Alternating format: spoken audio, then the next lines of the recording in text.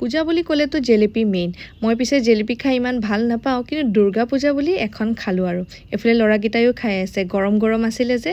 ঘৰত আকৌ নামি অহাৰ পাছত মই গ'লোঁ বজাৰলৈ ধুমাধুম চিকেন আনিবলৈ। সিহঁত দুটাই লেগ পিচ খাব বুলি। ইফালে ভাইটিহঁতৰ কাৰণে বনলেছ আৰু কিছুমান এটা দুটা বজাৰ কৰিব লগাও আছিলে, গোটেইখিনি একেবাৰে কৰি আনিলোঁ।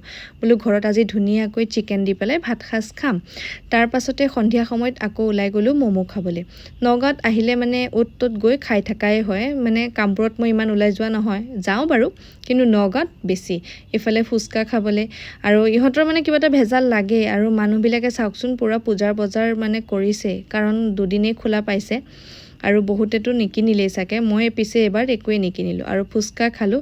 তাৰ পাছত ৰাতি আহি আকৌ মেহেন্দি লগালোঁ। ভণ্টিৰ এজনীৰ তুলনি বিয়া আছিলে, তাতে খৰধৰকৈ লগাই দিলোঁ। ইফালে বজাৰৰ পৰা অহাও দেৰি হৈছে, যেনেকৈ পাৰিছোঁ লগাইছোঁ আৰু। ভাল হৈছেনে নাই ক'বচোন দেই আপোনালোকে।